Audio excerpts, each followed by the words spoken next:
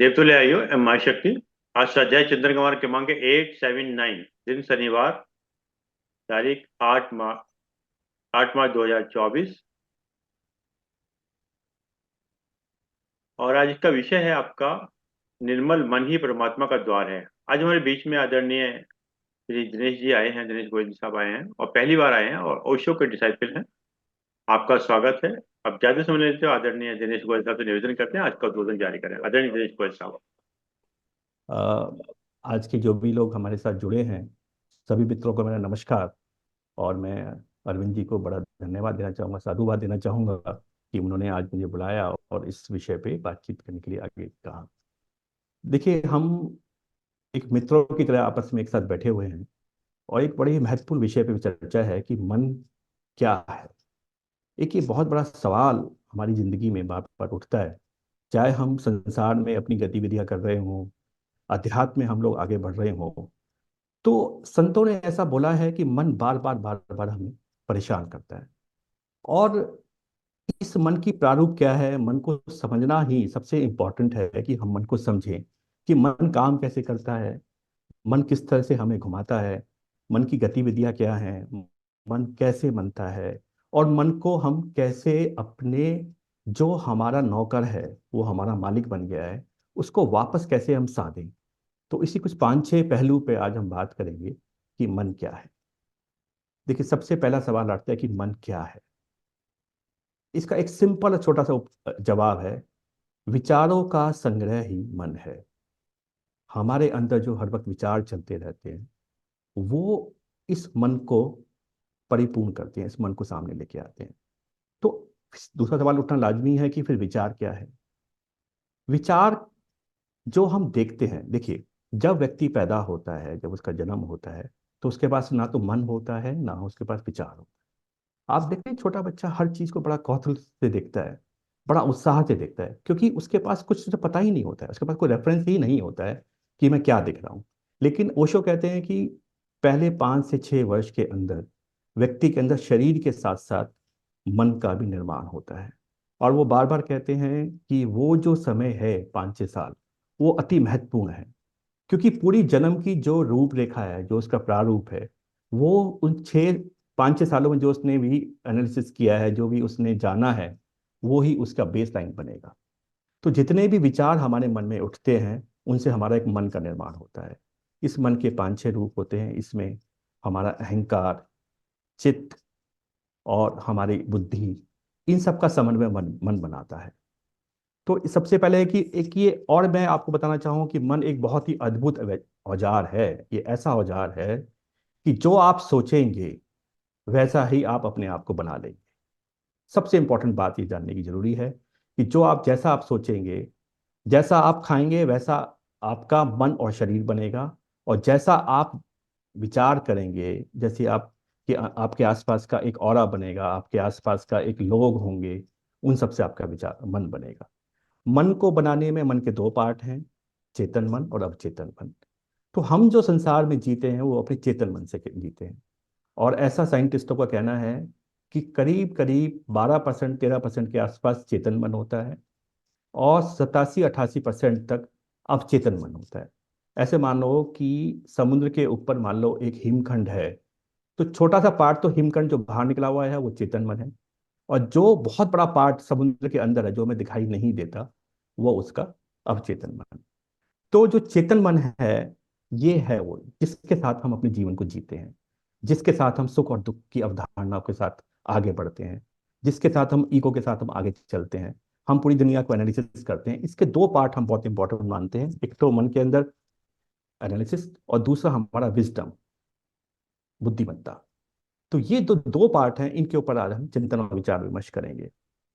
देखिए, सबसे पहले मैं मन के बारे में कुछ बातें बताना चाहूंगा कि मन मल्टी फोकस नहीं होता।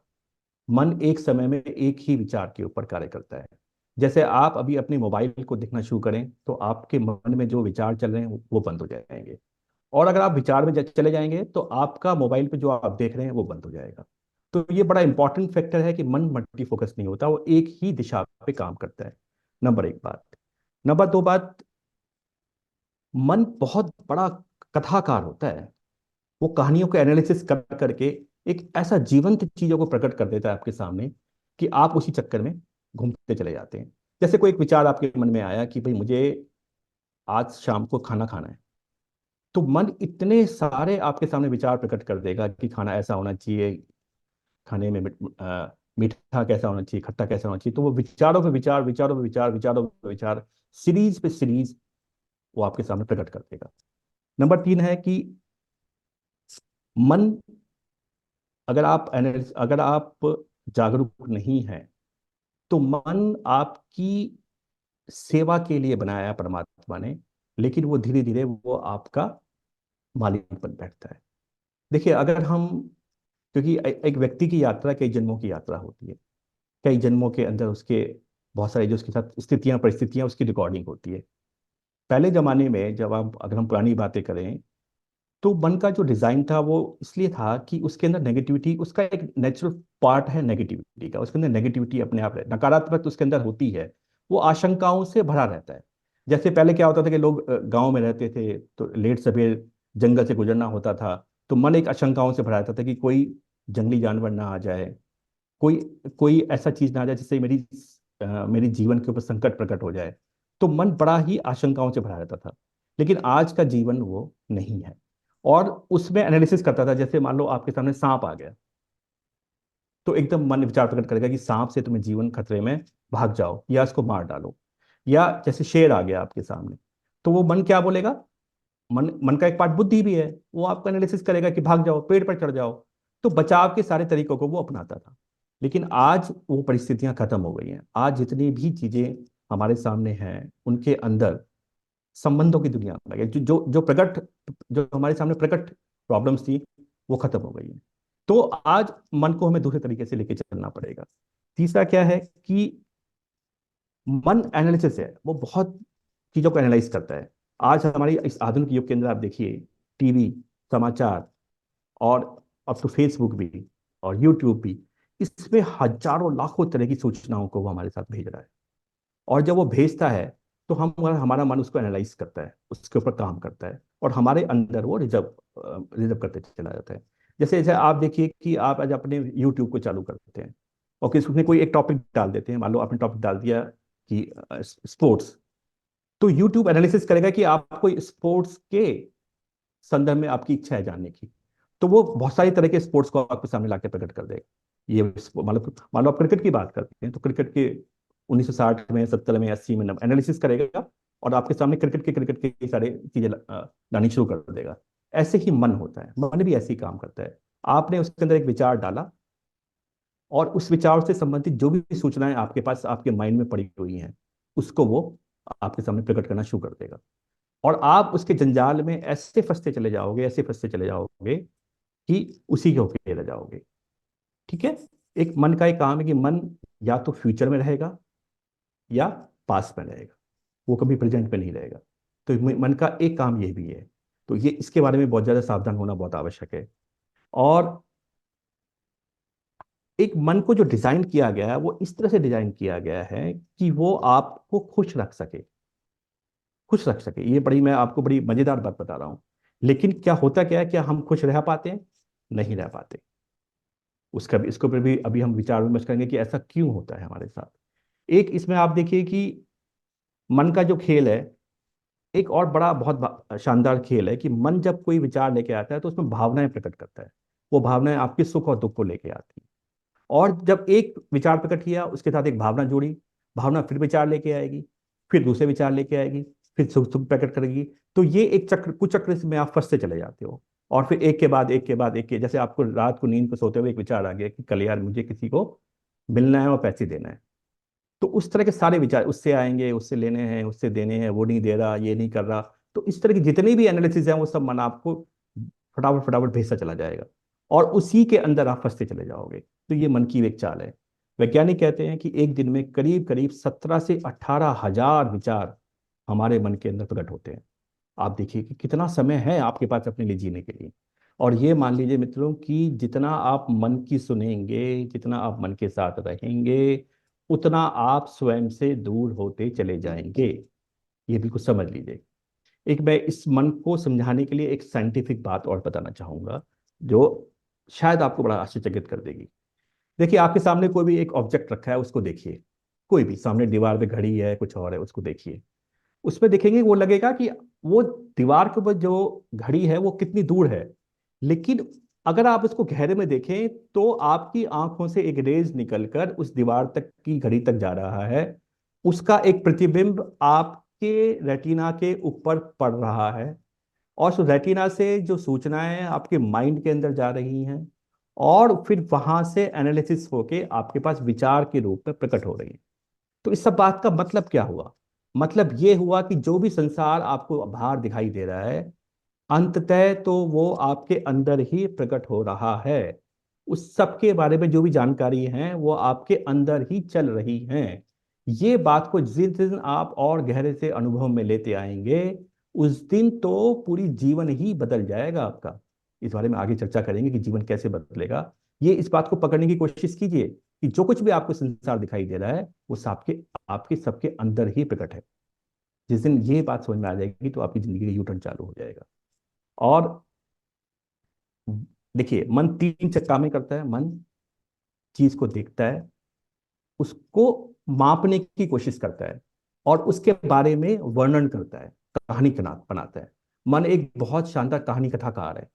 जैसे आप फिल्म के पर्दे के ऊपर एक पिक्चर देखते हैं, और वो लगातार फिल्म चलती रहती है, तो आप उस समय भूल जाते हैं कि आप कहाँ बैठे हैं, आप कौन हैं, आपका नाम क्या है, वो सब भूल जाते हैं आप। ऐसे ही जब मन आपके अंदर से अपने विचारों को भेजना शुरू करता है, तो आप सब कुछ भूल जाते हैं, सब कुछ भूल जाते हैं। और ये ही एक अंधकार है जिसको ओशो ने कहा है, अपने आप से दूर होना ही पाप है और अपने साथ रहना ही पुण्य है। इस पर और आगे चलते हैं कि मन के जो दूसरे प्रारूप हैं उन पे और हम थोड़ा सा विचार करते हैं कि सेकंड सवाल यह आता है कि अब इसको इससे पार कैसे पाया जाए। देखिए, आप किसी भी व्यक्ति से मिलें, वो कोई ना कोई दुख लेके बैठा हुआ है, तो उसके मन में कोई अशांति है। और जड़ जोड़ू और जमीन, ये तीन ही ऐसे फैक्टर्स हैं जिसके ऊपर वो अशांत है। और इसको जानने के लिए कि अशांति क्यों है, सदा जब भी आप एनालिसिस करेंगे, बात करेंगे किसी से, तो वो कहेगा कि मैं दूसरे की वजह से परेशान हूँ। मैं अपने बच्चे से परेशान हूँ, मैं अपनी आसपास की गतिविधियों से परेशान हूँ, मैं वो मेरे अनुसार काम नहीं कर रहा इसलिए परेशान हूँ। तो जब भी कभी इस दुख का कारण आप बाहर देखते हैं, लेकिन संतों ने कहा है कि दुख का कारण आपके अपने अंदर है। आपकी वो विचारशीलता है, आपकी वो नकारात्मक सोच सोच है, जिससे आप जीवन में दुखी होते हैं। ये जिस दिन ये इस बात समझ में आ जाएगी कि दुख का कारण मैं हूं या मेरे विचार हैं, उस दिन आप सुख और आनंद की जो एक सुई है या एक चाबी है, उसको आप ढूंढ लेंगे। ऐसा मेरा अपना मानना है, और ऐसा संतों ने भी मुझे बोला है इस तरह का। ठीक है जी। और अब देखिए, इसको अब हम इसके तरीके क्या हैं। एक तो सबसे पहले, जो भी आपके विचार मन में आ रहे हैं उस पे संदेह करना शुरू करें। सबसे महत्वपूर्ण पॉइंट यह है, कोई भी विचार, कैसा भी विचार, अच्छा बुरा, कैसा भी विचार आ रहा है, उस पर संदेह करना शुरू करें। आपको लगता है कि मेरा बच्चे मेरे नहीं सुनते, एक विचार आपके मन में आया, मान लो, उस पर संदेह करें, क्यों नहीं सुनते। मन की मानना बंद कर, क्यों नहीं सुनते, क्या उनका अपना जीवन नहीं है? क्या मैं जब उस उम्र में था तो क्या यही यही घटना मेरे साथ नहीं घटती थी? आपको जान के बड़ी हैरानी होगी कि अभी 60 साल पहले एक 5,000 पुराना एक शिलालेख मिला, और उस शिलालेख के ऊपर एक व्यक्ति ने अपनी व्यथा लिखी हुई थी। जानते क्या लिखा होता उसने? उसने ये लिखा हुआ था कि अब वो संसार नहीं रहा जो पहले था। नंबर एक बात, अब मेरे बच्चे मेरी नहीं सुनते। नंबर दूसरी बात, नंबर तीसरी बात, अब बड़े बूढ़ों का सम्मान नहीं रहा। चौथी बात, हम अपनी पुरानी मान्यताओं को छोड़ते जा रहे हैं, नई पीढ़ी अब सुनती नहीं है। और भी 10-12 बातें वहां लिखी हुई थी। क्या आपको ऐसे नहीं लगता कि यही बातें सब आज भी हम सुनते हैं? तो बदलाव आया कहाँ? चाहे वो 5,000 साल पुराना था, चाहे वो आज है। तो क्या गलती कहाँ हो रही है? गलती गलती कहीं ना कहीं बाहर हो रही है। गलती कहीं ना कहीं हमारी सोच में हो रही है। गलती कहीं ना कहीं हम ये एक्सपेक्ट करते हैं कि दूसरे की वजह से हमारे अंदर सुख आएगा, इस समझ में हो रही है। जबकि संतों का ऐसा मानना है और मेरा ऐसा अनुभव है कि जो सुख है वो हमारे अंदर विद्यमान है। जैसे मैंने बताया ना कि आप जो दृश्य बाहर देख रहे हैं, लगता वो बाहर है, लेकिन उस सब का प्रकटीकरण हम हमारे अंदर हो रहा है। उस सब की समझ हमारे अंदर हो रही है। अब आप ये देखिए कि किसी भी एक ताजमहल को 5 लोग देखते हैं, ताजमहल तो वैसा ही है, लेकिन उसको देखने के बाद जब आप एनालिसिस करेंगे तो पांचे लोगों का एनालिसिस बहुत डिफरेंट डिफरेंट आएगा। ऐसा क्यों हो रहा है? ताजमहल तो एक है। तो कहीं ना कहीं उनके अपने विचार, जो उनकी जो समझ है, वो भी उसके साथ जुड़ती जा रही है। तो ये जानना बहुत जरूरी है कि जो भी हम जानकारी ले रहे हैं वो सही है या गलत है। आजकल आपको बड़ा अनुभव होगा कि 75% बातें जो व्हाट्सएप पे आती हैं, अगर आप उसको ध्यान से देखें तो बाद में निराधार मिलती हैं। तो ऐसे ही आप अपने मन को पकड़ लीजिए कि 70% जो बातें आपकी हैं, जो आपकी आशंकाएं हैं, जिससे आप परेशान हैं, जिससे आप दुखी हैं, वो सब निराधार है। सब निराधार है। देखिए, प्रकृति के कुछ नियम है, उनको समझ लीजिए। 8 चीजें परमात्मा ने अपने हाथ में रखी हैं, आप सब लोग जानते हैं। रामचरितमानस में कहा है कि 8 चीजें परमात्मा ने, लाभ हानि, सुख दुख, यश अपयश, जन्म मृत्यु। ये 8 चीजें आपके हाथ में है ही नहीं। आप पे इसका कोई वश है ही नहीं। तो इनसे संबंधित जो भी आपकी समस्याएं हैं, उनको आप परमात्मा के हाथ में छोड़ दो। आप कुछ कर ही नहीं सकते। एक बड़ा अच्छा जोक मैं परसों उसमें व्हाट्सएप पे देख रहा था। एक हस्बैंड अपनी वाइफ को कहता है कि बड़ा समस्या, सरकार कुछ कर ही नहीं पा रही है, देश में बड़ी अशांति है, देश में बड़ा झगड़ा हो रहा है, बड़ी मंदी है। तो उसकी वाइफ उससे पूछती है कि ये जो अशांति है उसकी वजह आप हो? बोला नहीं। अच्छा, इस अशांति को दूर करने के लिए आप कुछ कर सकते हो? बोला नहीं। तो बोला चुप चुप होकर चाय पियो। क्यों चक्कर पड़े हो? क्यों अपनी अपनी शांति खराब कर रहे हो? शांति खराब क्यों, मेरी अशांति खराब कर रहे हो? और देखिए, हमारे बीच में डॉक्टर साहब बैठे हैं, आप जानते हैं कि जितना हमारे अंदर नकारात्मक सोच आएगी, उतना हमारा ऑरा नकारात्मक होता चला जाएगा। और जितना हमारा ऑरा नकारात्मक होगा, उतने हमारे आसपास जितने भी लोग हैं उसको फील करेंगे। क्योंकि आपके पास जो है वही बांटेंगे। अगर आप अंदर से नकारात्मक तौर से भरे हुए हैं, परेशानी से भरे हुए हैं, वही आपके चेहरे पे आएगी, वही आपकी सोच में आएगी, वही आपकी बातों में आएगी। तो आप अपने आसपास का जो एरिया है उसको खराब करेंगे। तो सबसे पहली बात मैंने फिर बताया कि मन की किसी भी अवधारणा के ऊपर संदेह करना शुरू करें। नंबर 1 बात। इसमें एक छोटी सी कहानी को मैं अवश्य भी जोड़ना चाहूंगा कि एक संत के पास एक व्यक्ति आया। उसने कहा कि आपका जो मित्र है उसके बारे में मैं कुछ समाचार लेके आया। उस संत ने कहा रुक जा रुक जा रुक जा, रुक जाओ, यहीं रुक जाओ अभी। जो आप समाचार लेके आए हो, क्या आपने उसको पहले अच्छी से समझ लिया कि वो सत्य है या झूठ है? बोला नहीं। फिर उसने कहा कि क्या आपने जान लिया उस समाचार के बारे में कि उससे मुझ पर कोई फर्क पड़ेगा? बोला नहीं। तो उसने कहा कि उससे किस समाज पर फर्क पड़ेगा? बोला नहीं। तो बोला उस समाचार को देने की कोई आवश्यकता नहीं है, ये फालतू फन की बातों का मेरे पास कोई इलाज नहीं है, इसको तो अपने पास रखो। तो आप ये भी देख लीजिए कि आपके आसपास बहुत सारे ऐसे लोग होंगे जिनको पीएनपीसी, एक वर्ड यूज किया गया है साइंस में, पर निद्रा पर चर्चा, उसमें बड़ा रस आएगा। उस समय काटने में लोग लगे हुए हैं। उससे वो अपनी अशांति को भी दूर करते हैं और आपकी अशांति को भी दूर करते हैं। तो ऐसे समाज में अपने आसपास के नकारात्मक लोगों को सोचें, देखें और उनके प्रति बड़े सावधान रहें। ठीक है। और चौथी बात यह है कि कोई भी चीज, कोई भी बदलाव, कोई भी खुशी बाहर से आपके ऊपर नहीं आएगी। सबको आपको स्वयं ही बदलना पड़ेगा। देखिए, एक बहुत बड़े जो स्कॉलर है उसने बात बोली है कि अगर आप लोगों को बदलते हो तो ये पॉलिटिक्स है, और अगर आप स्वयं को बदलते हो तो ये अध्यात्म है। तो हमारी जो यात्रा है खुशी की यात्रा के लिए स्वयं को बदलने की यात्रा होनी चाहिए। और जितना आप एनालिसिस करेंगे उतना ही सत्य के आप बहुत बहुत बहुत करीब पहुंच जाएंगे, बहुत करीब पहुंचेंगे।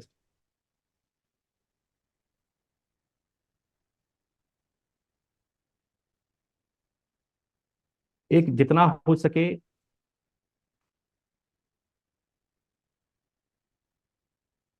देखिए इसके कुछ मैंने कुछ पॉइंट और लिखे हैं कि जब भी कभी आप नेगेटिविटी से भरेंगे तो आपके अंदर 5 चीजें प्रकट प्रकट होंगी: उदासी, चिड़चिड़ाहट, नफरत, और जीवन बेनामी महसूस होगा। ये ये इसके 2 कारण होंगे। जब भी कभी मन में ऐसी बातें प्रकट होती हैं तो आपका जो केमिकल लोचा हो रहा है, जो केमिकलाइजेशन होता है आपकी बॉडी का, वो भी चेंज होना शुरू कर देता है। और जब वो केमिकल चेंज होते हैं तो उससे कई सारी बीमारियां आपके अंदर उठ के आएंगी, जैसे high blood pressure, depression, insomnia, heart heart में पल्स का ऊपर नीचे होना, भूख का खत्म होना। तो ये सब, शरीर मन आत्मा सब आपस में जुड़े हुए हैं। किसी एक चीज को पकड़ के आप काम करेंगे तो बहुत सारी चीजों के ऊपर आपके ऊपर दूसरी चीजें ठीक होनी शुरू हो जाएंगी। एक चीज को खराब करेंगे तो बहुत सारी चीजें, दूसरी चीजें खराब होनी शुरू हो जाएंगी। और इसमें विशेष तौर पे मन बड़ा इंपॉर्टेंट है। आप ये मानिए कि ऐसा साइंस मानती है कि 90% हमारी बीमारियां मनोगत है, मन से रिलेटेड है। एक एक्सपेरिमेंट किया गया, 50 लोगों को पानी दिया गया जिसमें दवाई के रूप में पानी था, और 50 लोगों को दवाई दी गई एक्चुअल में। और जिसने पानी दी वो बहुत बड़ा डॉक्टर था। और जान के हैरानी होगी कि जो ठीक होने की परसेंटेज थी, वो 50 जिनको पानी दिया गया दवाई के रूप में, उनके ऊपर थी। तो कहीं ना कहीं हमारी बहुत सारी प्रॉब्लम्स मन के ऊपर है। और ऐसा साइंस मानती है कि धीरे धीरे जैसे जैसे जैसे ये संसार आधुनिक होगा, वैसे वैसे हमारी मनोगत प्रॉब्लम्स और बढ़ती चली जाएंगी। तो सावधानी पूर्वक हमें अपने मन को एनालिसिस करना है, मन में जो विचार आ रहे हैं उनको समझना है, और सदा पॉजिटिव रहना है। देखिए, जो भी घटना आपकी आपकी जीवन में चल रही है, अच्छी बुरी, बुरी की बात करेंगे, तो उसको स्वीकार करना शुरू करो। एक्सेप्टेंस, एक्सेप्टेंस जो है वो इतना महत्वपूर्ण विषय है कि कोई भी, कुछ भी खराब हुआ, ठीक है, परमात्मा की यही मर्जी है। तो जब भी कभी एक्सेप्टेंस आप करेंगे तो मन वहीं रुक जाता है। जैसी एक्सेप्टेंस आती है कि मन का एक पार्ट अहंकार भी है, अहंकार को रस आता है, अहंकार को अपने आप को बड़ा दिखाने में रस आता है। तो जब भी आप कहेंगे नहीं, जो मेरे साथ हुआ अच्छा ही हुआ, उसकी वजह मैं स्वयं हूँ, उसकी वजह कोई दूसरा व्यक्ति नहीं है, मेरा कर्म मेरे सामने, सामने वाले कर्म सामने वाले के सामने, तो वहीं पर ही जो एक्सेप्टेंस है वो अहंकार का प्रतिरूप है, अपोजिट ऑफ ईगो है। तो जब एक्सेप्टेंस आप जीवन में अपनी लेके आएंगे किसी भी परिस्थिति के ऊपर, जब ये हम ये गहरे में जान जाते हैं कि 8 चीजें परमात्मा के हाथ में, जन्म मरण, यश अपयश, लाभ हानि, तो सारा जीवन मैक्सिमम इन्हीं चीजों में गुजरता है। और जब एक्सेप्टेंस है, आज मैं अमीर हूँ तो उसकी कृपा, आज मैं गरीब हूँ तो उसकी कृपा, कुछ ना कुछ मेरे कमी रही, कमी रही होगी जिसकी वजह से मैं गरीब हूँ, या मेरे पास इस चीज का अभाव है। और अभावों को दूसरे को देख के क्या हम लोग एनालाइज करते हैं, हम अपने अभाव जो उसके पास है उसकी वजह से क्या हम लोग दुखी होते हैं। तो अभावों को ज्यादा तूल ना दें, जो अपने पास है उसका मजा लें, क्योंकि परमात्मा ने हर व्यक्ति को विशिष्ट बनाया होता है। तो आपका पहला काम ये होना चाहिए कि मुझ में क्या विशिष्टता है, ये मैं जानूं, क्योंकि उसी विशिष्टता के पास ही आपका आनंद है, उसी में आनंद छुपा हुआ है। और अक्सर हम दूसरों की एनालिसिस करते करते, उसके पास ये है मेरे पास ये नहीं है, उसमें हम जो हमारे पास है उसको हम नहीं जान पाते, और पूरा जीवन इसी बात पर निकाल देते हैं। मेरा 100% मैं आपको कह सकता हूँ कि 1000 आदमी आपके सामने हो, हर व्यक्ति अगर अपने आप को एनालाइज करे गहरे से, तो वो जान लेता है कि मेरे अंदर ये बात तो बहुत बेटर है। तो जो बात आपके अंदर बेटर है उसको बढ़ाना आपका कर्तव्य है। और जो आपके अंदर नेगेटिव बात ज्यादा है उसको घटाना आपको चाहिए। नेगेटिव में जैसे अहंकार है, ईर्ष्या है, द्वेष है, राग है, जो 6 रिपू बताए गए हैं, एक चीज को घटाना, वो घटाने में आएगा कैसे? एक्सेप्टेंस से आएगा, क्वेश्चन करने से आएगा, और अच्छी अच्छी किताबें पढ़ने से आएगा, अपना विजडम, अपनी बुद्धिमत्ता को बढ़ाने से आएगा। उसको तो आपने घटाना है, जो नेगेटिव थॉट्स हैं, और जो पॉजिटिव थॉट्स हैं उसको बढ़ाना है। इसके अलावा जितना हो सके अपनी प्रकृति के पास रहना चाहिए, पार्क में जाना। और मैं तो कहता हूँ कि हर व्यक्ति को गायन सीखना चाहिए। जो गायन एक पॉइंट है, गायन आपका हृदय चक्र से जुड़ा हुआ है। और जो आप गायन, जैसे ही आप गायन करेंगे, गाएंगे, बात ये नहीं कि कितना अच्छा आपको गाना आता है, आपको गाना आता है, तो आपका हृदय चक्र एक्टिवेट होगा। और जब आपका हृदय चक्र एक्टिवेट होगा तो आप उसी चक्र से संबंधित जो प्यार है वो अपना आप बांटेंगे। आप देखते नहीं, किसी आदमी को देख के आपको बड़ा अच्छा लगता है, किसी को देख के आपको बड़ा खराब लगता है। ना तो आपने इससे कुछ लिया, ना आपने उससे कुछ दिया, लेकिन उसकी ऑरा है जो आपको अट्रैक्ट कर रही है। जो आपको अपनी तरफ खींच रही है, और उसी की नेगेटिव ऑरा है जो आपको रिपेल कर रही है। तो गायन, पेंटिंग, जिसमें बिना किसी वजह के सृजन होता हो, वो काम करना, जिसको हम हॉबी बोलते हैं। गार्डनिंग, एक ना एक चीज आपको अपने साथ लगानी है। कोई भी उम्र हो, कुछ भी पैसा हो ना हो, लेकिन इसके लिए आपको इस तरफ आगे बढ़ना है अगर अपने जीवन को बड़ा शानदार बनाना है तो।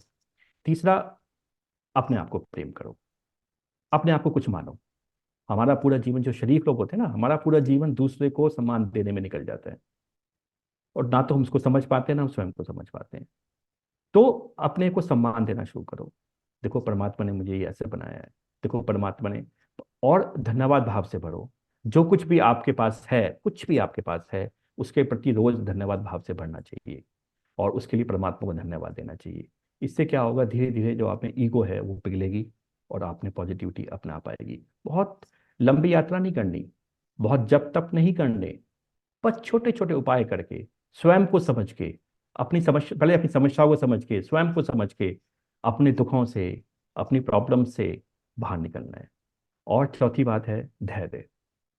देखिए, फल जब पकेगा पकेगा, आज बीज हमने कोई लगाया है, और फल पकने में समय आएगा। उस समय को धैर्य से बहुत सावधानी पूर्वक हमें बिताना है। जल्दीबाजी से सदा दिक्कतें और परेशानियां बढ़ती हैं, और मन में कुंठाएं पैदा होती हैं। चौथा, आज से ही मैं ऐसा चाहूंगा कि जो भी मित्र को लगता है ये ठीक है, तो अपने को रेस्ट्रोस्पेक्टिव, बचपन से लेके और अब तक, रोज 10 मिनट बैठ के याद करें कि क्या क्या मेरे साथ अच्छा हुआ, क्या क्या मेरे साथ बुरा हुआ। जो अच्छा हुआ है उसमें जो लोग भी इन्वॉल्व थे, उन सबको आप माफ करें, और जिनके साथ लगता है कि मैंने शायद कुछ खराब किया, उनसे आप माफी मांगे अदृश्य में। ये देखिए कि संसार पूरा जुड़ा हुआ है। इसका एक मैं एग्जांपल बड़ा अच्छा आपको देना चाहूंगा, कि एक बीमारी चीन के अंदर हुई, और 3 महीने के अंदर अंदर वो पूरे विश्व के अंदर फैल गई। उसमें कौन माध्यम बना? हवा माध्यम बनी। ठीक है। ऐसी आपके जो विचार हैं, जो आपके अंदर पड़ा हुआ है, तो सफाई करनी पड़ेगी ना, क्योंकि आप खुद ही परमात्मा के रूप हो, वो आनंद आपके अंदर है, लेकिन वो दबा हुआ है। कैसे निकालेंगे उसको? उस पे जो लेयर्स पड़ी हुई हैं, पहले तो इस जन्म की लेयर जो पड़ी हुई है, उस लेयर्स में क्या है? जो आपका कुंठाएं हैं, जो आपकी ईर्ष्याएं हैं, जो आपकी प्रॉब्लम्स हैं, वो एक के ऊपर एक पड़ी हुई हैं। उससे आपका जो आनंद है वो नीचे दब गया है। कुछ नहीं करना, बस उनको लो साफ करना है। उसका तरीका क्या है? कि जिसने आपको बुरा किया, जिसको आपको लगता है कि किसी ने मेरे साथ बुरा किया, उसको आप माफ करें। और जिससे आपको लगता है कि मैंने शायद किसी को बुरा किया, उससे आप माफी मांगें। तो ये विचार जब फैलेगा आपके आसपास से, एक बहुत पॉजिटिव ऑरा आपके चारों तरफ फैलेगी, और आप देखना कि कुछ ही 6, मैं कहता हूँ 3 से 4 महीने के अंदर आपको लगेगा कि आपका वजन घट गया। मैं बात कर रहा हूँ मनस शरीर की। जो मनस शरीर है, जो सेकंड थर्ड शरीर, जो मनस शरीर है, वो आपका हटता होता जाएगा। अगर उस मनस शरीर का आपको एग्जाम्पल लेना है, तो एक छोटा सा एग्जाम्पल मैं आपको देता हूँ, कि आप अंधेरे में जा रहे हैं, और एकदम से कोई चीज आपके सामने आ जाती है, तो एकदम झटका लगता है आपको। तो ऐसा लगता है कि जैसे कुछ सिकुड़ा, डर के मारे झटका लगता है आपको। तो वो आपका मानस शरीर है, वो आपकी इलेक्ट्रॉनिक बॉडी है। जैसे ओशो ने 7 बॉडी के बारे में बताया है, तो ये आपकी इलेक्ट्रॉनिक बॉडी है। तो उस मनस शरीर पे जितना आप सफाई करते चले जाएंगे, आप हल्के होते चले जाएंगे। आपको लगेगा, आपको अनुभव में आएगा कि मेरी लंबाई बढ़ गई है, मेरा वजन हल्का हो गया है, आजकल मेरे पाँव जमीन पे नहीं रहते। तो इस तरह की ये सब आनंद की अनुभूतियां हैं। आप इसको कीजिए, बहुत आनंद आपको आने वाला है, बहुत मजा आपको आने वाला है। और जितना हो सके पॉजिटिव रहिए, पॉजिटिव बातें कीजिए। जिन भी बातों से आपको थोड़ा सा खराब लगता है, उनसे दूर रहिए। देखिए, हमारा मन का जो डिजाइन है वो इस तरह से बनाया गया है, कि वो मन, जो दुख है, उस दुख को वो पीछे करता रहता है, और जो आपकी सुख की अनुभूति है, हर व्यक्ति ये कहता है कि मेरा बचपन बहुत शानदार है, उसको अपनी बचपन की याददाश्त आती है। क्योंकि मन जो है, जो खुशी की जो चीजें हैं उनको तो रखता है अपने पास, और जो दुख की चीजें हैं उसको इरेज करता चला जाता है, उसको सफाई करता चला जाता है वहां से। ठीक है ना? जबकि अगर आप अपने बचपन को याद करें, तो देखेंगे यार, रोटी भी खाने के लिए नहीं थी, कपड़े भी हम बड़े भाई की, छोटा भाई पैंट पहनता था कटवा के। उस समय लगता था कि मैं जल्दी से कितना बड़ा हो जाऊं, दाढ़ी मूछ लगानी लिया करते थे कि यार पिक्चर देख के आनी है, दाढ़ी मूछ बना लो। तो उस समय हम बड़ा होना चाहते थे, क्योंकि वो घटना उस समय घट रही थी। लेकिन मन ने वो दुख की घटनाओं को तो हटा दिया, सुख की घटनाओं को रख दिया। तो आज जो भी व्यक्ति एक 40-50 से ऊपर का मिलेगा, बोलेगा मेरा बचपन बहुत अच्छा था, क्योंकि उसकी वो अनुभूतियाँ आ रही हैं। तो मैं यही कहना चाहूंगा कि बार बार 10 मिनट बैठ के अपने मन में आंखें बंद करके बैठें, और अपने विचारों को, जो विचारों की शक्ति है, ऐसा नहीं कि विचार सदा खराब ही होते हैं, विचारों की शक्ति का उपयोग करके हम अपने अपने जीवन को अपने अंदर से सफाई करके, उसको, जो आनंद हमारा दबा पड़ा है, जो खुशी हमारी दबी पड़ी हुई है, उसको हम बाहर निकाल सकते हैं। और ऐसा मुझे लगता है कि जो टैलेंट भी आपका दबा पड़ा है, कोई भी उम्र हो और कोई भी संसाधन आपके पास हो या ना हो, ऐसा हमें लगता है कि इस संसाधन की हमें कमी है, ये जो आपके विचार हैं आपको वो छोटा करते हैं, जो नेगेटिव विचार है वो आपको छोटा करते हैं। जैसे मैं कोई एग्जांपल देना चाहूंगा, आपका विचार आ जाएगा कि हमारे, जैसे मेरे सिर पे बाल नहीं है, तो मेरा विचार ये रहता था कि भाई हमारे परिवार में हेरिडिटी है इसलिए मेरे बाल नहीं है, या हमारे यहाँ गरीबी तो रहती रहती है, या मैं इतनी मेहनत नहीं कर पा रहा हूँ, या ये कि परमात्मा मेरे साथ गलत कर रहा है। ये सारे जो विचार हैं, सारे विचार हैं, इनका कोई महत्व नहीं है। इसका उच्चार क्या होता है कि भाई जब सामने वाला कर सकता है तो मैं भी कर सकता हूँ, और सामने वाला अच्छा गाएगा तो मैं भी कोशिश कर सकता हूँ। तो अपने आप को पॉजिटिविटी से भर के, और जो आप करना चाहते हैं उसमें एक कदम उठाएं। देखिए, सोच सोच से कुछ नहीं होगा, पहला कदम ही इंपॉर्टेंट है, उसके बाद तो सब अपने आप उठ जाता है। कहते हैं ना कि परमात्मा की तरफ एक कदम उठाओ, हजारों कदम वो उठाता है। और ये भी मान लीजिए, मेरा अपना अनुभव है कि परमात्मा कोई दूर नहीं बैठा हुआ, परमात्मा कोई आसमान में नहीं है, परमात्मा आप स्वयं ही हो। पहले तो ये जान लेना कि मैं आत्मा हूँ, और फिर ये जानना कि मैं परमात्मा हूँ, ज़्यादा दूर नहीं है। इस बात को मैं कह सकता हूँ।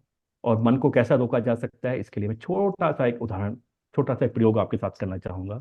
मैं चाहूँगा कि आप सभी लोग अपनी आंखें भर लें, आंखें बंद कर लें 2 मिनट की, 1 मिनट के लिए, और देखें कि मेरे मन में क्या विचार चल रहा है। आंखें बंद करके सोचें।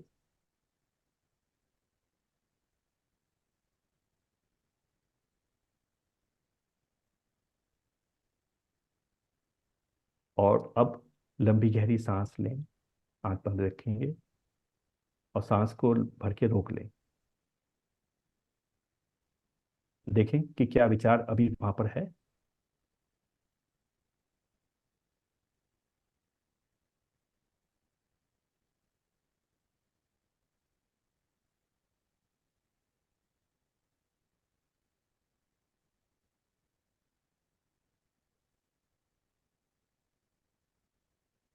बस आप आंख खोल लें अपनी।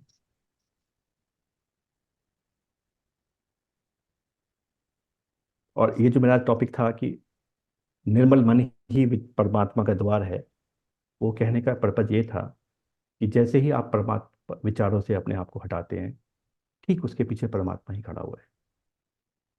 ये हमारा दुर्भाग्य है कि सारा दिन विचारों में रह के हम इसको जान ही नहीं पाते हैं। बहुत दूर नहीं है वो, जब जानोगे तो हैरान रह जाओगे कि वो इतना करीब था, वो तो मेरी सांस से भी ज्यादा करीब था, और मैं देख ही नहीं पा रहा था।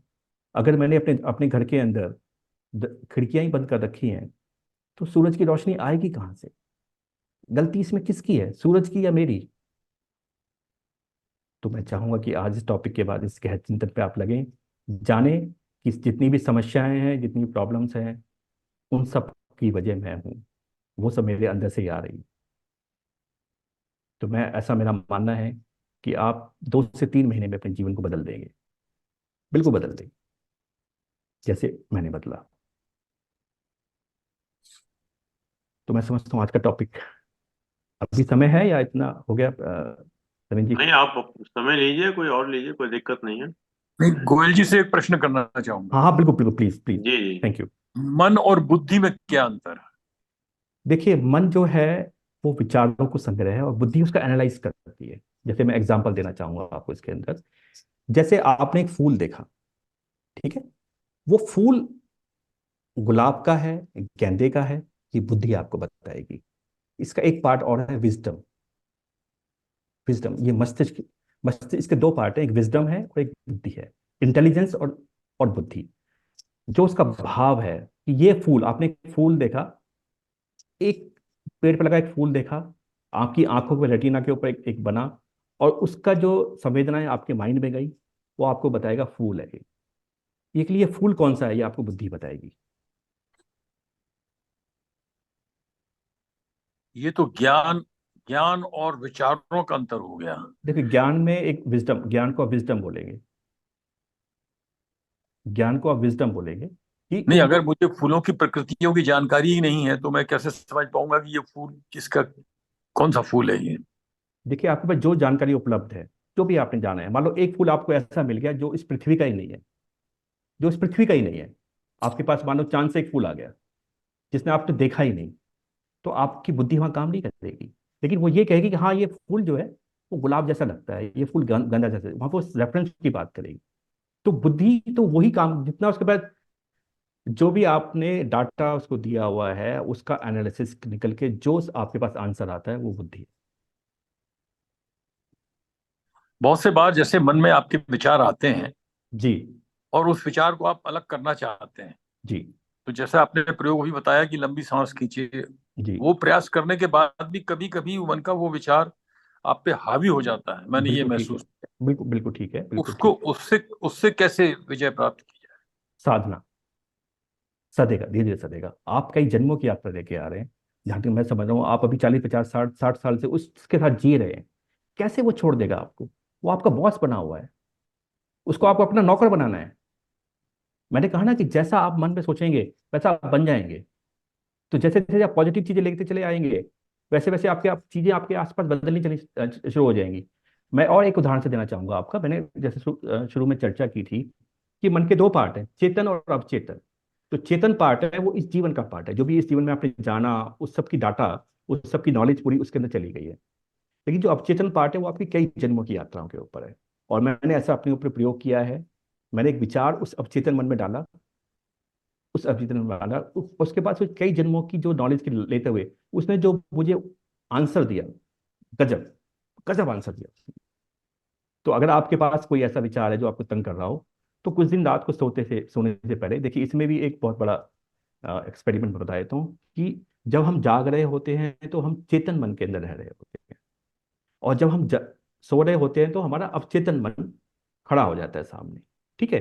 लेकिन जब हम दोनों के बीच में सोए भी नहीं होते और जागे भी नहीं होते, उस समय अगर कोई विचार आप लेके चलते हैं, सोते हैं, तो वो अवचेतन मन में चला जाएगा, और कुछ दिनों के बाद चीजें बदलनी शुरू हो जाएंगी।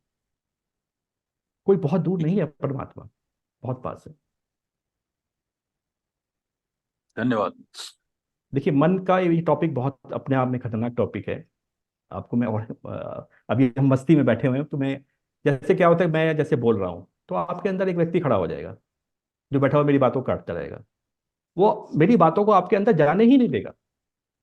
वो आपकी ईगो का पार्ट है, उसके प्रति सावधान रहो।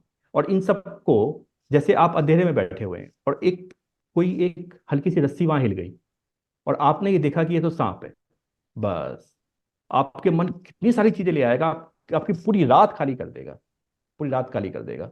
लेकिन अगर आपने खड़े होकर चेक कर लिया, टॉर्च जला ली, तो पता लगा ये तो रस्सी है, बात खत्म हो गई। तो ऐसी जब आप अपने विचारों को देखना शुरू करेंगे, तो आपने टॉर्च जला ली, तो उसको लग गया पता कि भाई ये अब चीजें खतरनाक है। जैसे और उदाहरण मैं देना चाहूंगा, मन हमारा नौकर है पर हमारा मालिक बना हुआ है। कैसे? एक उदाहरण लीजिए।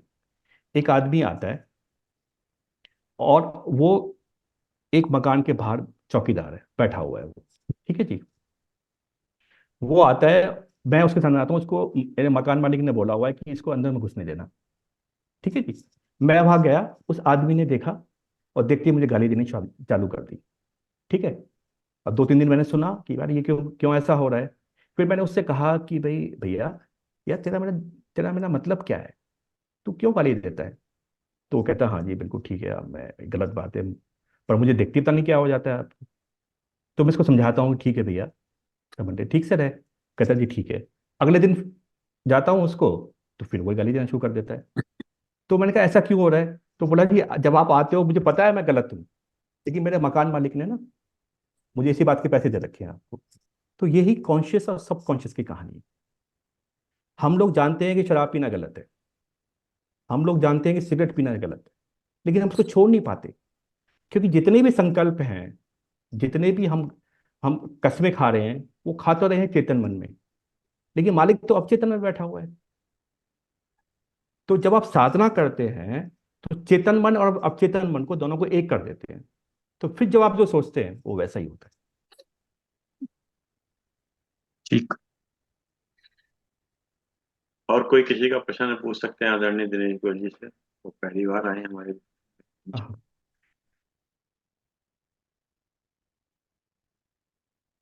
दिनेश गोयल साहब, एक जैसे अभी बात चल रही है, तो काफी हद तक जो आदरणीय पुरोहित साहब ने कहा, तो हमारे मन में ना कोई चीज सेट होती है, मतलब विचार, जैसा अभी जी आपने कहा ना, काटने को होता है, एक होता है, तो उस जो माइंड में सेट चीज होती है एकदम, उसमें आदमी विचार उसको एक्सेप्ट नहीं करता, मतलब हो जी सकता है जी बाद में करे या कैसे करे, पर उसी उसी टाइम नहीं करता। वो सोचता है कि मैं कहीं ना कहीं अपने को श्रेष्ठ शो करने का प्रयास करता है कई बार ना, तो कोई भी चीज होती है, जी मतलब जी बहुत करता नहीं, ये बड़ा जी। अंदर से होता है, मतलब ये। देखिए, और ईगो का पार्ट है। ये ईगो का पार्ट है, और ईगो सदा अपने आप को राइट मानती है। क्योंकि अगर व्यक्ति आदमी को राइट नहीं मानेगा तो जिएगा नहीं। ईगो के बिना जीना बहुत मुश्किल है। ठीक है। लेकिन ये ईगो बाद में ही आपके लिए प्रॉब्लम बन जाती है। क्योंकि वो फिर एक के विचार दूसरा, दूसरे बाद तीसरा, तीसरे बाद चौथा, चौथा वो विचार लाती चली जाएगी। तो जब ये विचार आपके साथ खड़ा हो रहा है, उसके ऊपर क्वेश्चन करना शुरू कर दो। क्वेश्चन करना शुरू कर दो। नहीं भाई, यार वो फला आदमी बड़ा गलत है। अब आप देखो, एग्जाम्पल देखो कि एक आदमी, समाज में एक आदमी बड़ा प्रतिष्ठित है, और वो खूब समाज के लिए काम कर रहा है। ठीक है, हम इसको जन लेते हैं। लेकिन कोई एक व्यक्ति भी आ जाए, वो कहेगा यार वो बड़ा बदमाश है, तो मन उसके लिए एक मिनट में राजी हो जाता है। हाँ यार, वो तो साला बदमाश ही होगा, वो तो हम नहीं पूछेंगे उससे। ठीक है। और अगर वो कहेगा नहीं बहुत अच्छा आदमी है, वो तो लोगों की बड़ी सेवा करता है, तो मन 100 सवाल करेगा कि हो सकता है उस पर गलत का ऐसा आता हो सकता है कि उसको कल नेता बनना हो सकता है वो तो अपने लिए करता है, हो सकता है कि वो अपने पाप काट रहा है। अच्छी बात के लिए मन 100 सवाल करेगा, क्योंकि ईगो का पार्ट है। ये ईगो जो है ना, ये हमें लोगों से मिलने में असहायक होती है। तो आप इसको क्वेश्चन शुरू करेंगे करना, नहीं ऐसा नहीं हो सकता, वो आदमी गलत नहीं हो सकता, और होगा तो मेरे लिए तो ठीक है, या मैं उसको जानता नहीं, तो मैं इसके लिए गलत क्यों हूँ, मैं नेगेटिव विचारों से नहीं भरूंगा। तो धीरे धीरे देखेंगे कि आप मन को साधना शुरू कर दें। अच्छा, जैसे कभी कभी रात को हम लोग सोते हैं, सोने से पहले कोई विचार आ गया और नींद खराब होने गई। आपको विचार को विचार से ही काटा जा सकता है। अगर आपका एक विचार चल रहा है, उससे आप बहुत परेशान हैं, तो आपके दूसरे विचार में जाना पड़ेगा उस वक्त के लिए। किताब पढ़ना शुरू कर दीजिए, राइटिंग करना शुरू कर दीजिए। मन को वहां से हटाना पड़ेगा। ये आर्ट ऑफ लिविंग है, ये जीवन जीने की कला है। शुरू में बहुत दिक्कतें आएंगी, क्योंकि मैंने बताया ना कि आपको किसी भी चीज़ को साधना है। अभी तो आपको आज बीज के रूप में कुछ चीज़ मिल रही है, लेकिन उसको पल्लवित करने में समय लगेगा। तो धीरे धीरे धीरे धीरे ताकत दिखेंगे। आप 3 महीने बाद देखेंगे कि पहले जो विचार मुझे जितने तंग करते थे, अब मुझे विचार तंग नहीं करते। मैं आपको बता दूं कि विचार रोकने के लिए नहीं कह रहा हूं मैं, विचार तो आएंगे। क्योंकि विचार बॉडी जो हमारी बनी हुई है, जो मन का जो काम है वो यही है। जैसे पुलिस वाला है, वो हर किसी को टोकेगा, कहाँ जा रहा है भाई। आप पुलिस वाले को ये नहीं कह सकते कि तू अपना काम छोड़ दे। तो मन का तो काम विचारों को लाना ही है। समझ लीजिए इस बात को बहुत गहरे से। लेकिन उस विचारों के ऊपर हमें खड़े होना है।